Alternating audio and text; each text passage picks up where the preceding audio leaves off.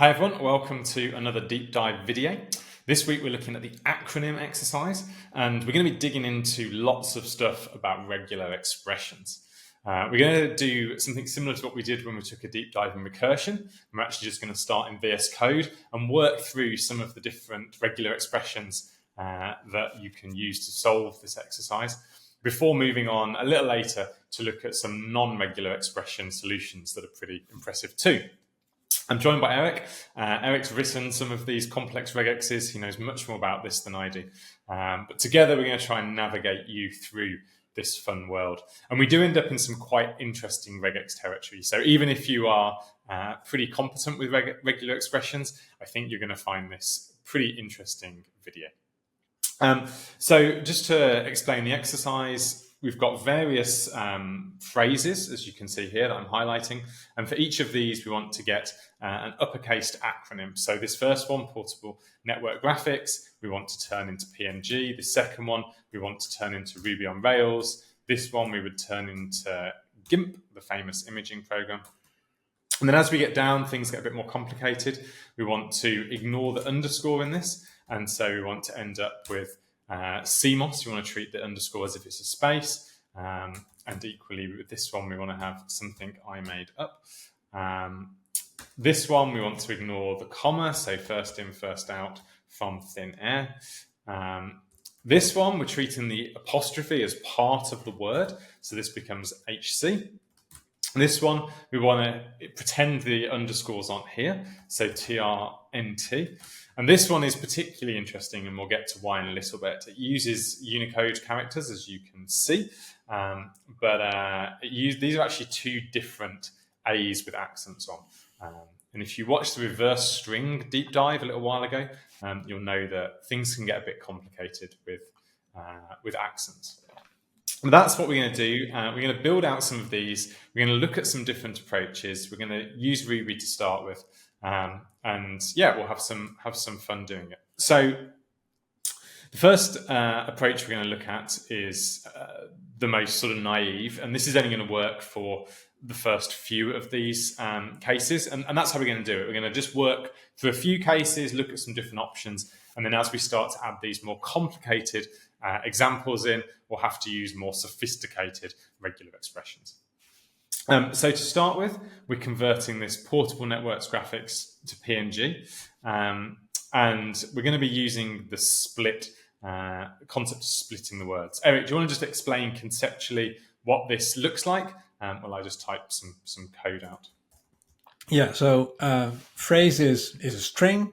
There is a method called split. A split, what it will do is it will look for the thing that you pass in, and it will basically look in the input string, and whenever that matches, it says everything up until that point, return that, and then continue after the thing that matched. So for the case that Jeremy just mentioned, like Ruby on Rails, we're splitting on the space, you get 3 words back. You get Ruby on and Rails. So that's what split does. In this case, we're just splitting on a single space, and that's fine for our test cases. So Jeremy did a little print here, so you can see the words that will be that are split. So yeah, I'm just going to run the test down here.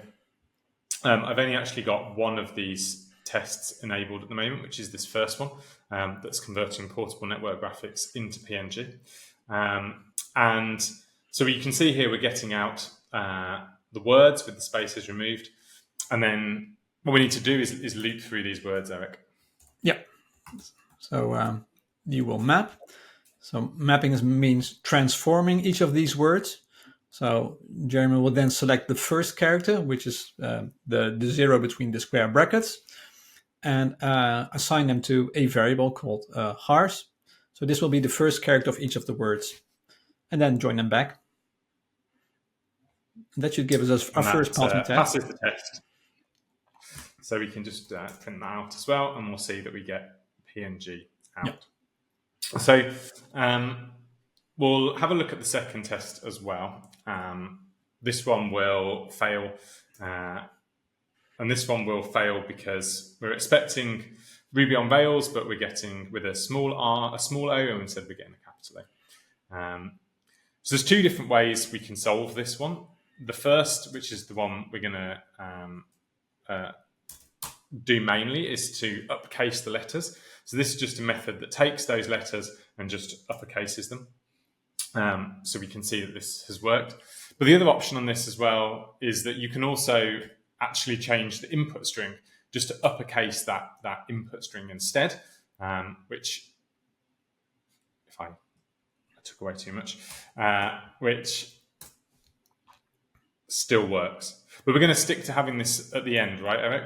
Yeah. Just so we can have we're some going more to come back to that later on. Okay, so that breaks on strings. Let's introduce regular expressions. This is going to be our first white space one, Eric. Yeah. Yeah. So and this is /s. Is this just any space character, white space character? How does that work? Yeah. So previously we weren't really using regular expressions. We were just using string splits, but now we've changed to using regular expressions. You can see that because Jeremy used the slash at the beginning and the end, and in Ruby that means define a regular expression. So maybe we should also explain what regular expressions are actually used for.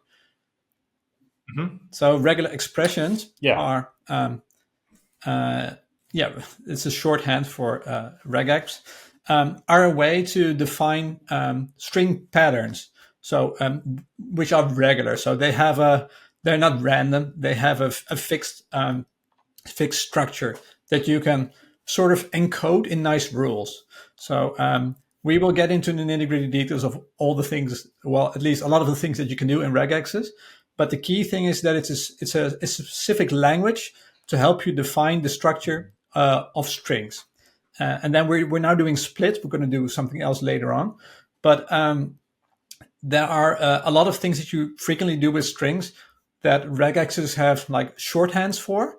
So whitespace is one of the great examples of it. So we just matched on a space, but a tab is also whitespace. And there are also other whitespace characters.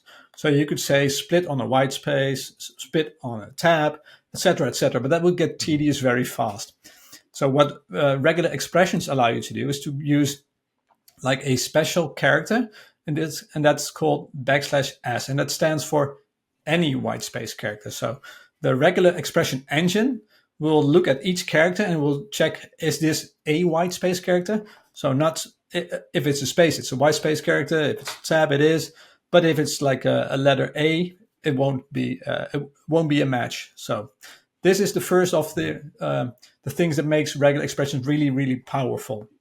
The fact that you have these special characters that match a wide variety of characters while still being very short to use. And just to illustrate a little bit about what that is doing, that /s is a group of things, you said, Eric. We can actually also specify a group in square brackets like this. So we could specify this as a group of different whitespace characters, so an actual space, a tab, a new line, a carriage return. And we're saying here match on any one of these things. And that's just the same as having /s. If we run that, that will still work in the same way. But instead of doing that, we can just very easily, just use a character class instead. And we'll see a few more of these character classes as we move on. So it's probably actually worth us moving on at this point to look at splitting on one more thing, which is splitting on everything that isn't a letter, Eric. Yeah. So now this originally was an example that you found in Dart. So at the moment, we've just got white space as the thing that we're separating on. We're just looking at these first examples at the moment. But these first examples, white space is effectively the lack of a letter, which is another way of thinking about it. And so one nice way we can also do this is to write that out. So we want to say it can be anything that is not a letter, which looks something like this. Do you want to just explain, Eric, what this all means, what these characters mean? Yeah, so again, we got the square brackets, which is like the set of characters that it can match. Note that the ordering doesn't really matter. Previously, where we had the \s, which meant that it was like space, tab, new line. The order didn't matter. Just if one of the characters matches, that's fine. And in this case, we're using two new things, actually. We're using a range. So you see A-Z. That means all the characters from lowercase a to lowercase z. So 26 characters. And then the same for uppercase characters, letters. So that's a range. So that's a shorthand instead of having to write out A, B, C, D, E, F, G, etc. So this can also be done with digits, 0-9. But you could also have A-D, so A to D. So you can do any of the ranges with letters and digits. But for us, we just want to match any letter. And then the thing that we add is that the very first character after the opening of the square brackets is the caret or the hat sign. And that says this only matches when it doesn't match any of the following characters. So if you remove that, it will match any of the letters. But if you add the hat, it says anything that's not a letter, basically. Nice.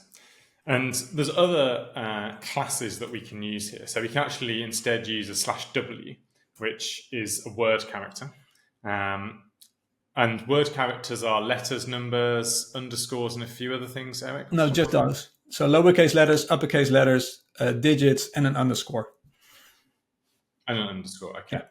Yeah. And we can also use the alpha class here as well, which will work. What's that? How does the alpha class differ, Eric? It's just a different way of writing it, basically. So there isn't that much difference. It's a bit longer. You could argue that is more descriptive than \w, but alpha doesn't match. Alpha doesn't match the underscore. So this only matches letters. You also get alnum, which is alphanumerical. So that includes the digits. So this is equal to the range with lowercase a to lowercase z, uppercase a to uppercase z. Okay, so this is basically a synonym to what we had before then. Yeah. Okay, so this is going to work on the first few tests. Yeah. Let's look at another approach to this. So at the moment, we are taking these words and we're finding the spaces, splitting on, so we're getting all of the words out, and then just taking the first letter out of each. The alternative way of doing that is rather than splitting on the spaces, it's actually finding all of the words. And the alternative to that is to use scan, Eric. Yeah. So I would argue that this is probably the more common use case of using regular expressions. So splitting is definitely something that people often do with regular expressions. But the key thing that people use regular expressions for is, well, to match, because that is what it's designed to do well. So we're going to add a pattern. And then what scan will do is it will basically go through the entirety of the input string, and it will return every single match that it can find. So Jeremy is now adding a very cool feature about regex, and that's called like it's the \b, which is a meta character. It has a very special meaning. It doesn't actually match a character, but it matches like a state at, where the string is at. So \b stands for word boundary. So the word boundary is, well, the first character, for example, is the character after the space, what Jeremy just showed you. And it's also the letter after the next space. So those are the word boundaries.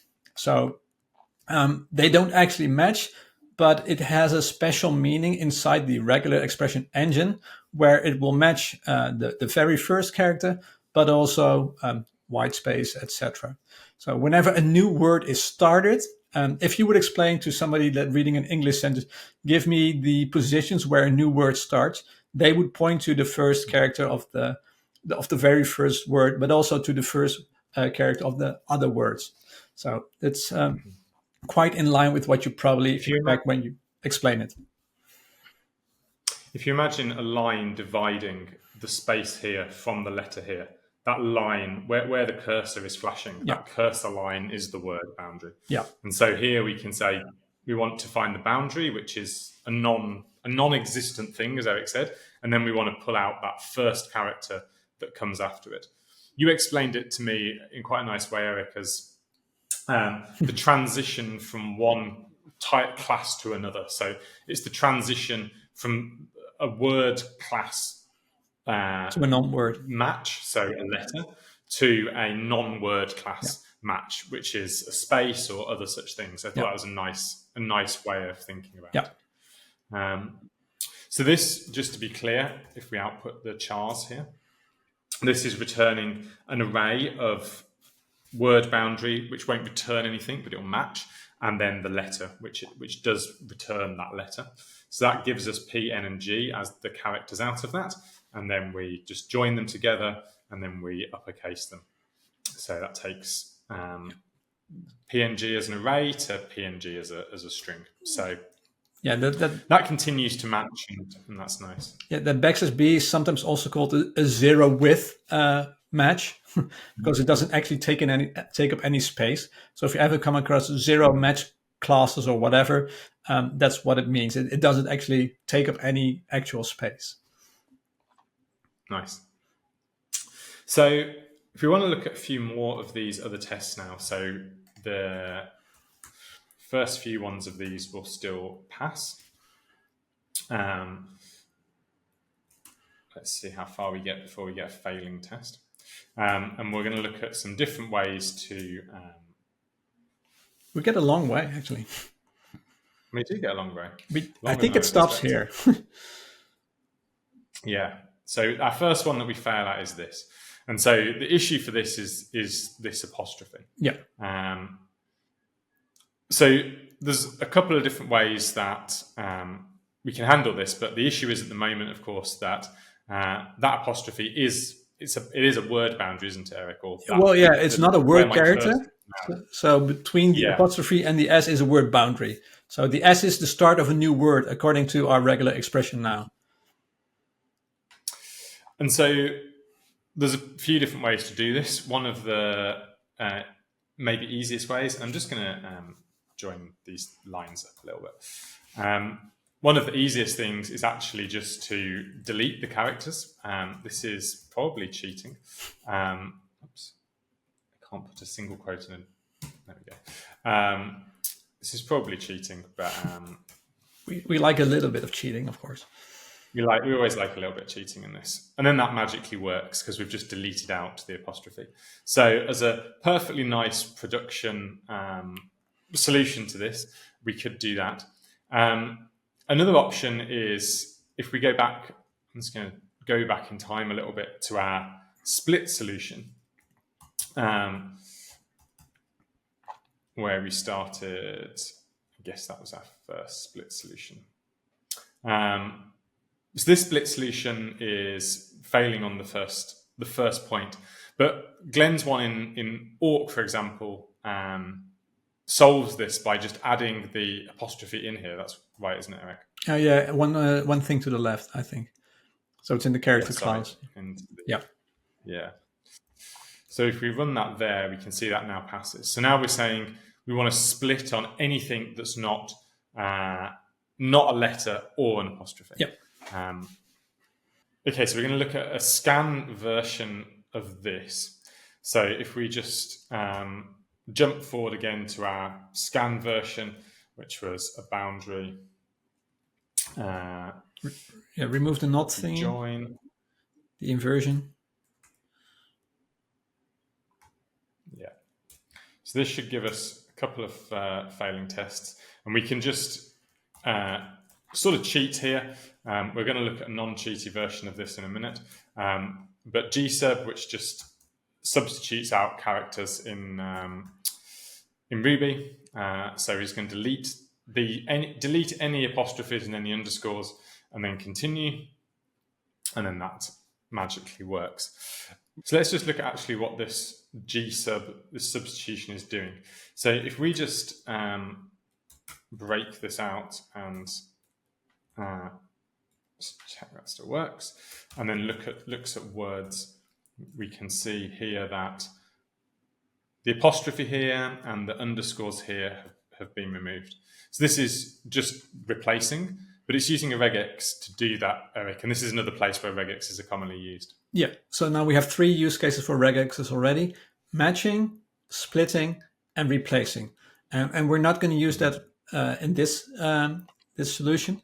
But with replacing, you can actually reference the things that were found in the patterns too. But we will be using those in other solutions in other weeks. But just know that you can do more complex stuff with regular expression replacing. Mm-hmm. Yeah, for sure. So we're going to look at how to sort of merge, or a solution that merges both of these, and in fact only uses replacing and doesn't use scan at all in a minute, which is a pretty hardcore solution. Mm-hmm. But firstly, we're going to look at this Unicode test. And you can see here that we have an error that we have an error that this is giving us a normal A, and then an A with an accent. So Eric, I think firstly, can you explain to us exactly what this string is for those of us that don't natively read Unicode? Which are most of the people, I guess. So in Unicode, you have Unicode code points, and those are just single elements in the Unicode standard. So all of the letters that you know will have code points, but like a normal A, normal E, etc. But you can also have, so if you have on the second, you see the \U and then between curly braces E0, that is a single code point that describes a capital A with the accent. So that's perfectly fine. That's probably how you would envision it if you're used to maybe ASCII or something like that, where letters are all they have one encoding for a single letter. But in Unicode, you have different categories, as they call it. So you have letters, but you also have marks. And marks are like things to modify a letter. So the sequence that Jeremy just highlighted says 41, which is a capital A, and then 300, which is the accent. So now the letter and the accent have been split up into different code points, but when you render them on the screen, they have the same rendering as the previous version where we just had one code point. But they are different. So there are 2 bytes now. So, or even more bytes, by the way. So I think a Unicode code point is a single byte. But at least there are 2 code points. So you need to combine them. It's called graphemes, and a reverse string video goes into that in more detail. But the thing is that these are actually 2 characters, so 2 bytes. So the Unicode regex that we have doesn't really account for this. So it loses the marks. So we have to do something with that to fix this. And one thing just to show as well is it's actually quite tricky when you're writing these tests, or even here, because if you just pasted in the A with an apostrophe, you don't know visually whether you're pasting in this or whether you're pasting in this. No, you can't. And in fact, Eric at the start of this sent me the 2 A's so that I could put them in this video, and sent them via Slack. And Slack actually just normalized both of them to be the same Unicode character. So when I pasted them in, suddenly the video was wrong. So you do have to be a little bit careful. And this one here is the E0, which is, I think, how my keyboard default renders this, which is why it's like this. But the one with the letter and the mark, we had to explicitly write out like this. So you can see at the moment we have this bug in our regex that the first of these is returning only the first byte. So it's only returning the A. It's not returning the mark that goes with that. Yeah. And there's a bit of, Eric and I were playing around with this a little bit before, trying to work out exactly how Ruby is doing stuff, because Ruby is doing some slightly weird stuff with regexes here.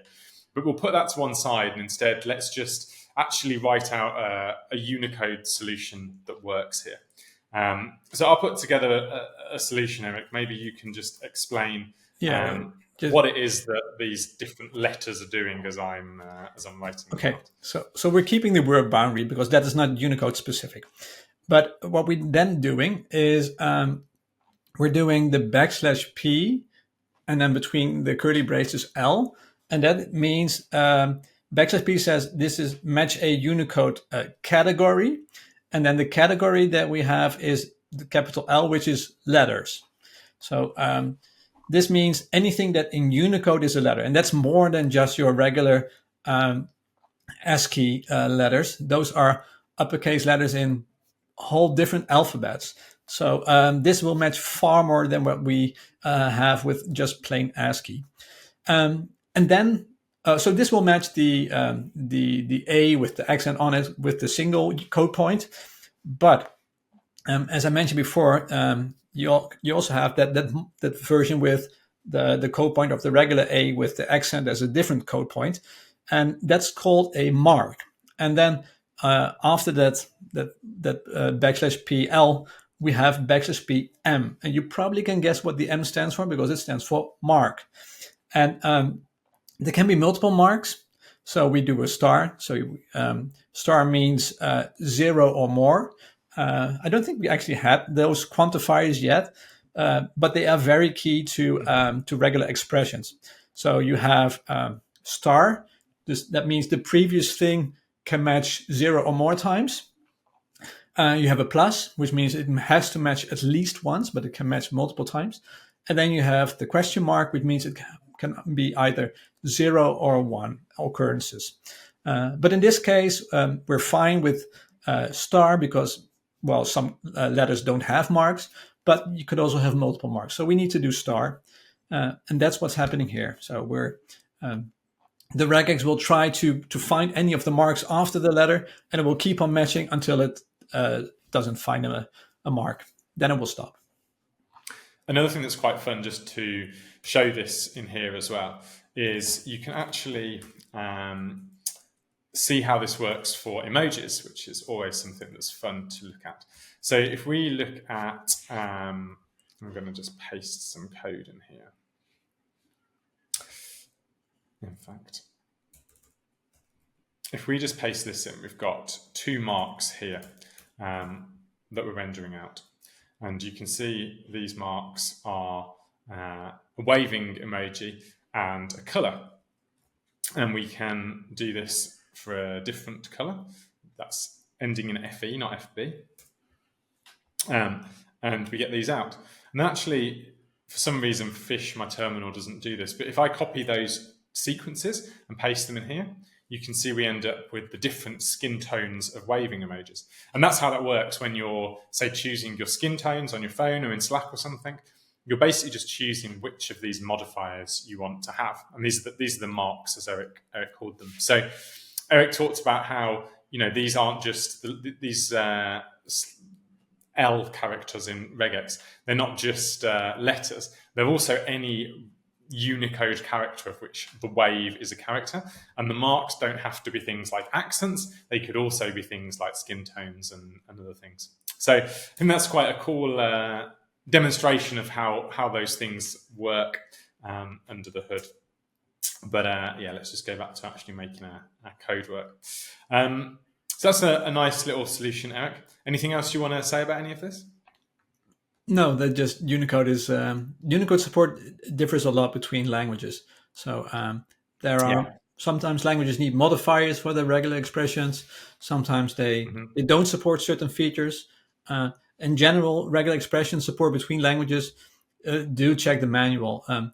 Ruby has excellent regular expression support. Perl is famous for it because the version of regular expression that we are using right now is called PCRE, which stands for Perl compatible regular expressions. So that says a lot. It's like the almost the gold standard of regular expression implementations. But languages have different implementations, and sometimes some things don't work in one language and they do in another. So always check your language documentation to see if there are features that you can or can't use in your language. So we're going to look at one last regular expression, Eric, which is The big one. The regular expression that solves the exercise in one foul swoop. You came up with this one. I think you saw some. Was this based on I Bethany's? adapted it from a solution that I've got from Bethany. Yeah. Okay. So credit to Bethany. I tried to shorten it a little bit. Nice. So what we're going to do on this, and I'm going to, in fact, just create a separate regular expression, and we're going to do the whole of this in one foul swoop. So I think that's going to be our final. Yeah, you don't need the words, so we don't need the words. Yeah, it's going to be our final version. So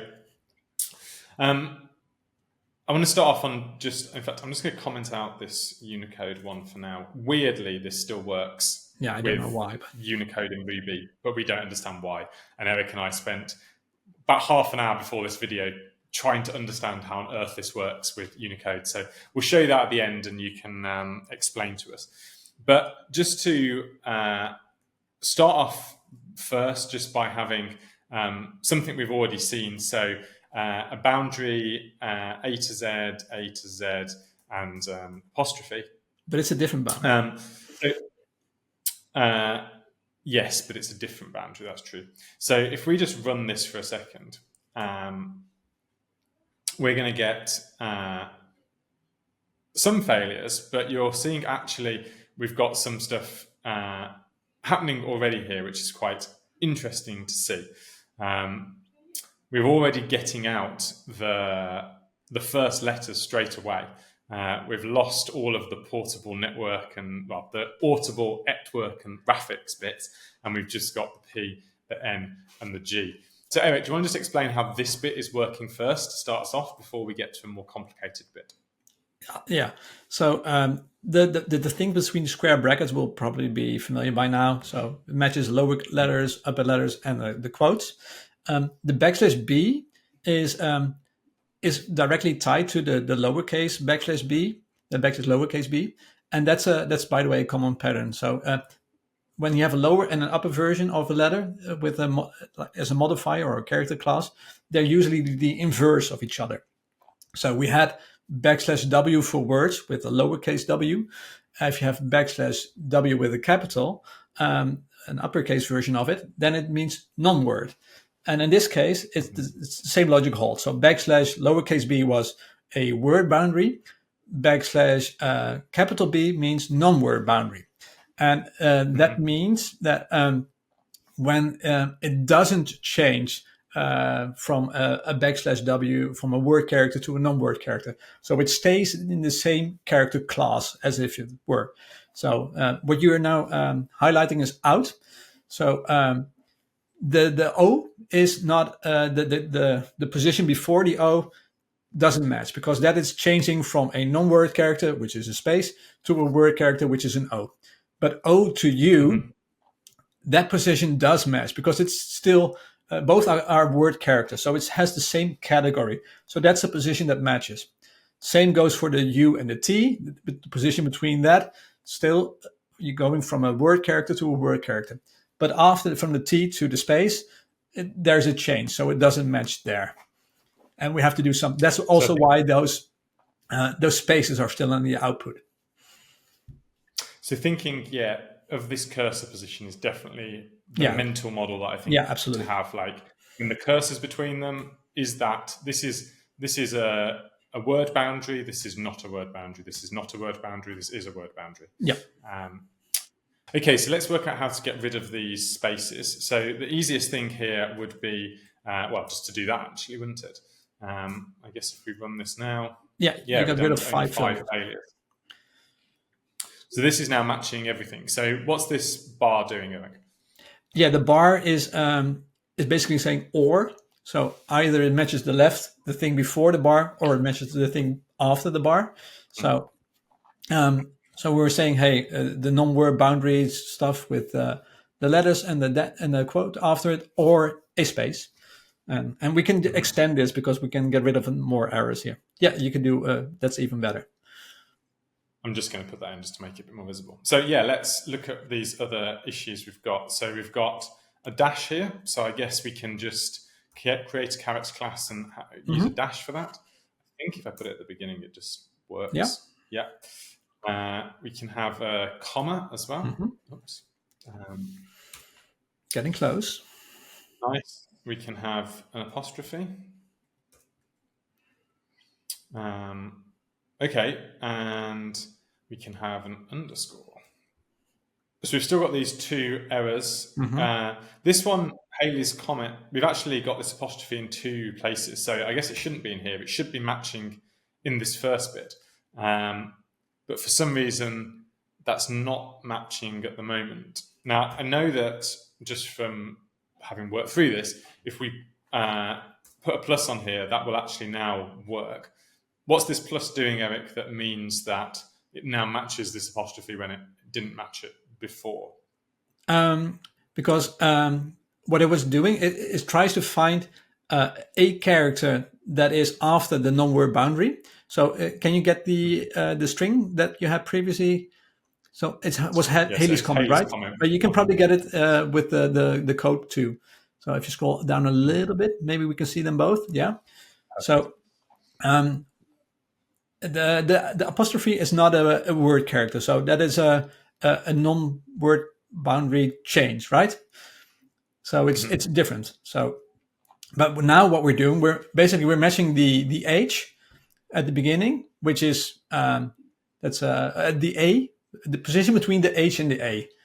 Put your cursor there in the second, yeah.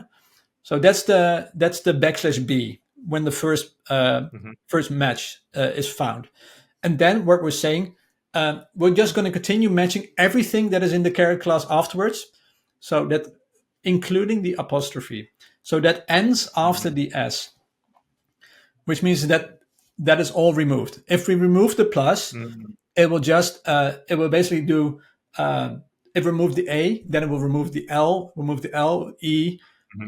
The Y, but not the apostrophe, because that is then not a non-word boundary change. Got you. So it's the fact that this is saying, okay, we need a word boundary and then all of these letters, including apostrophes, and that's fine. But if we take away that plus and just want to match word boundary, we're never going to have a situation where we have non-word boundary and the apostrophe. Instead of doing a lot of deletions, we're doing basically a whole bunch of them at once. Nice. So if we run this once more, we find the only one that's not working now is the road not taken. Yeah. And this is going to introduce a fun concept to us. Yeah. And the issue again here is the same, which is that... Well, no, it's slightly different. Yeah, I guess this one here is matching, but this one's...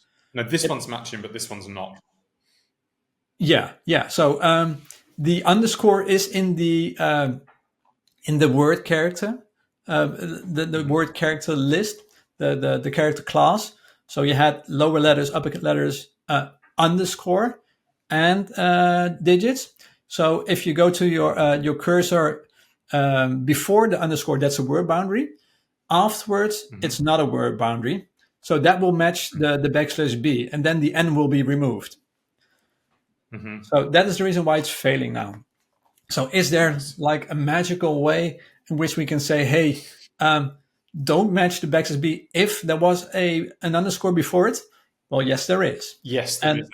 Yeah, there you go. We get into the famous quote of if you have a problem, you think I'm going to use regular expressions. Now you have two problems.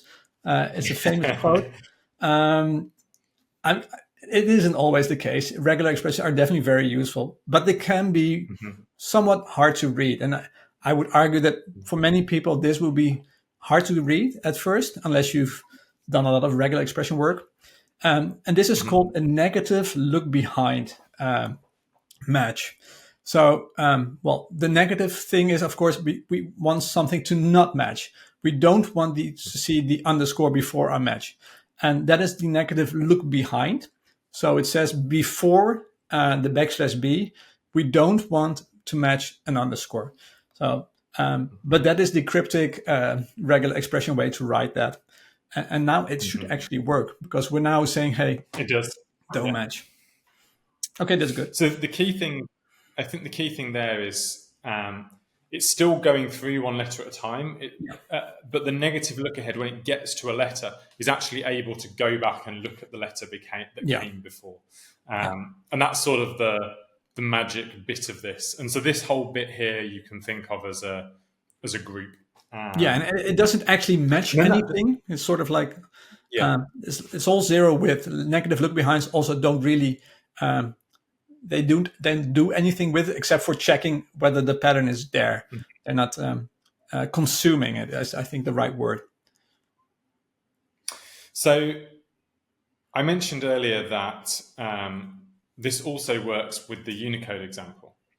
Eric and I have no idea how. We spent some time trying to wrestle with this, but if you know why this works with the Unicode example, whereas our previous examples we had to do some special stuff, please put a comment in the video.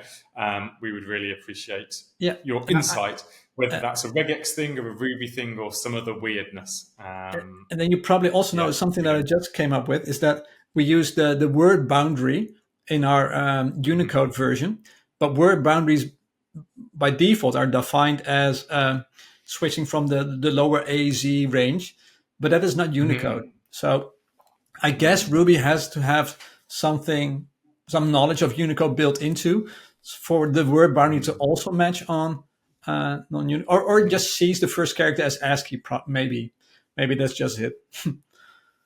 So I don't know. Yeah, no idea.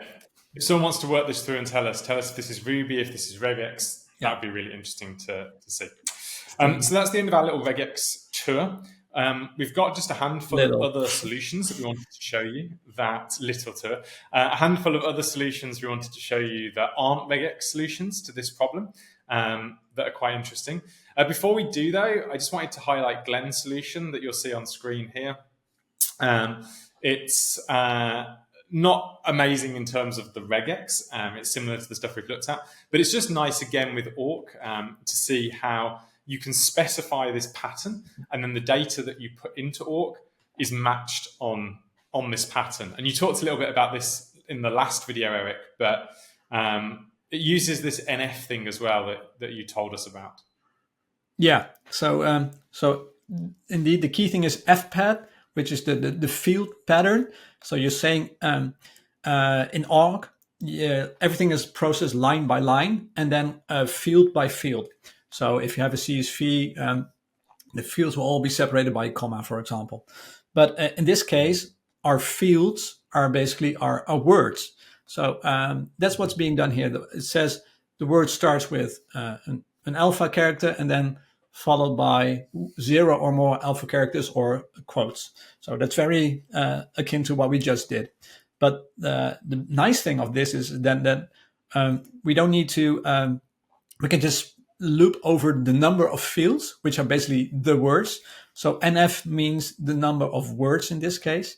And then we can just get that specific word and then get the first letter of it, which is the subscript part. But the cool part about awk is that you can just define the pattern for the fields and then you can loop over them in a loop very easily. So I still quite like it. And this is what awk is built for, to do string processing and to use regular expressions to help you with that, and easy looping. So awk is fantastic for this. Nice. So next up, we wanted to look at this solution in Elm. Again, this is all pretty readable, but we're not having to use regexes here, Eric. Hey. And I guess on line 9, we're doing something magic instead. And line 8. So on line 8, there's string.words. So that is doing the whole matching thing. And I haven't looked at the source code, but I would assume it does something that looks a little bit like our regular expressions, but probably a bit fancier. But this goes to show that in a lot of languages, actually, there is functionality built into splitting a string into words. And Elm makes great use of this. And then on line 9, we have a map. Says basically, give me the first, the one character from the left. So that's the first character. And then we're joining again, which is concat in this case, and then converting to uppercase. But there is apparently a little hack was needed, because there's the string dot replace of the dash. So I would assume that, well, it's not really a hack, it's because we require it like that. So we had the word with the dash in it, and I guess that is actually the stuff before the dash and after dash that constitutes one word, but we would need to treat it like two words. So that's why this is there. So I think the string of words is it's a really cool feature to have in your language, and they make great use of it in this solution. Yeah, nice. That's really cool. Okay, so next up we're going to look at nym. And yeah, talk us through this one out. Yeah, so this looks regular expression E, where we're doing a split, but we're not actually splitting on a regular expression. We're splitting on a set of characters. So it's probably most similar to what you did in the beginning, where you did split on the string, the single space. But what we're doing here, we're splitting on all hars means every single character that you can think of, minus excluding the letters, and then excluding the single apostrophe. So this is basically splitting everything but letters and quotes. So that's our square brackets, carrots, and then A to Z and quote thingy. But it's not doing regular expressions, it's doing sets. So has sets probably under the hood. And then it will loop over the words and just add the first character with upper to the end result. So, but that's not the important part. It's just that this works with sets, and that's quite unusual and quite fancy. It reads quite well, I think. Yeah, for sure. Interesting as well to see this one is, I presume, only ASCII. This wouldn't work for Unicode based on the fact that the word ASCII is in there. But yeah, really interesting. Okay, and then moving on to Zig. This is, at a glance, a more complicated chunk of code, I reckon. Yeah, so Zig has a little bit more ceremony, but we can mostly ignore that, because the key thing is that this is like a single pass algorithmic way to go over the input and to see if we are at a point where this is the letter that we need to output. And the way that it does this is that it keeps track of the previous character. So on line 7, we start with setting the previous character to a space. And there's just a little trick for it to match on the first character. And then within the loop on line 9, you say 4 words. And words is just the string. It doesn't actually mean the split words. This is just the entirety of the string.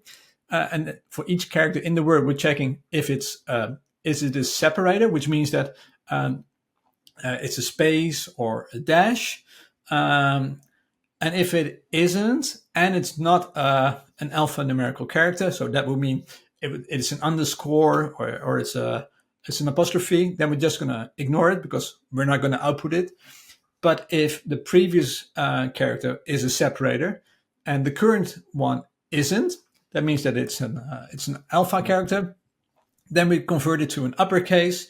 We're gonna output it. We're gonna keep track of it in a list, basically, convert it back to a string at the end, or a slice in this case, I would say, and just update the previous character. So we don't need to go into the actual code, but the idea is you keep track of the previous character, and then you skip over anything that's not interesting.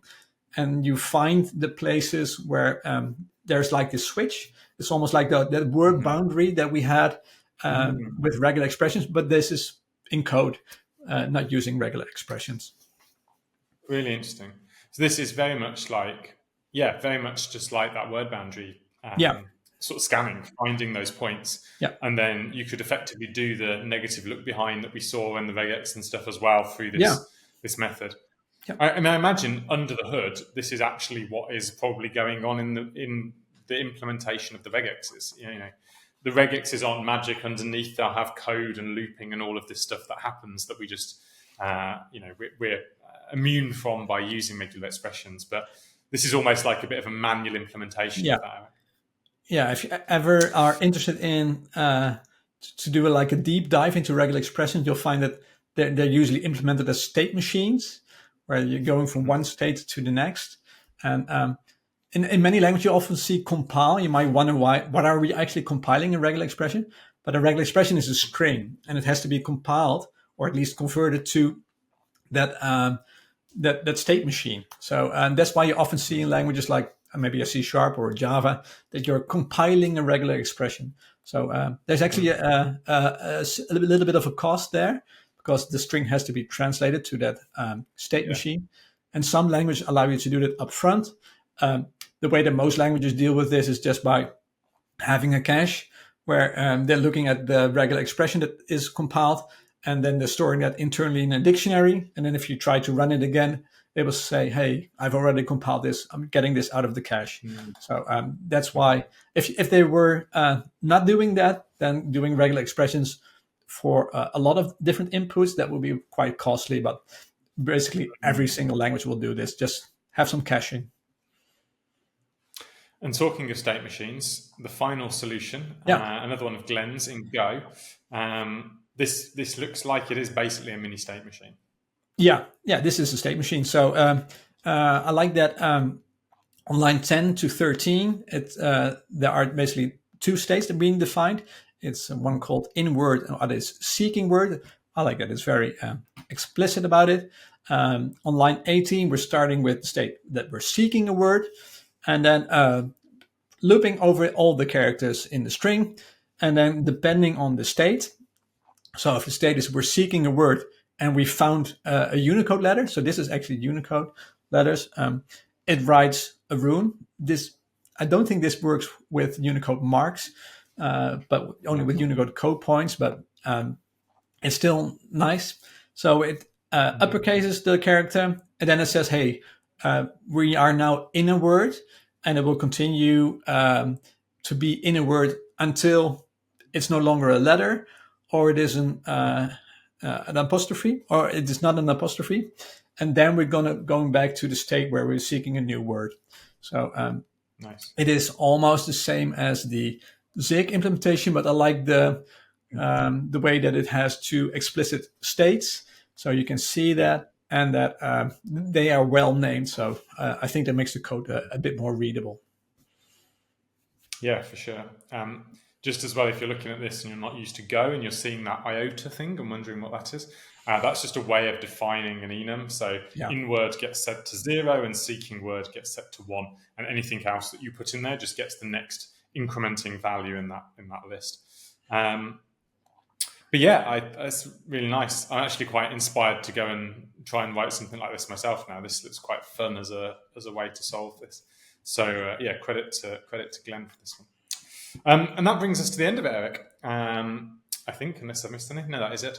I think that was a really fun video. I definitely learned lots, especially chatting through with you beforehand, going through trying to understand the Unicode stuff and the look behinds and reminding myself of those things that I haven't used for ages. So yeah, thank you for putting all those together. I hope that was a useful tour for everyone watching. If you have any questions, comments, please leave them in the comments. If you've got a solution that you've written that you want to tell everyone else about, you can just leave the slug. You can't really paste links into YouTube comments, but you can just leave the slug in there. And just a big thank you as well to anyone that's already commented on our other videos or even liked them. It's really encouraging to us to get those comments. Me and Eric are texting each other. We're always excited about nice comments that come in. So yeah, thank you for anyone that's taken the time to comment. It means a lot to us. Thanks, Eric. Thanks for watching. I hope you have a great rest of your day. Bye for now.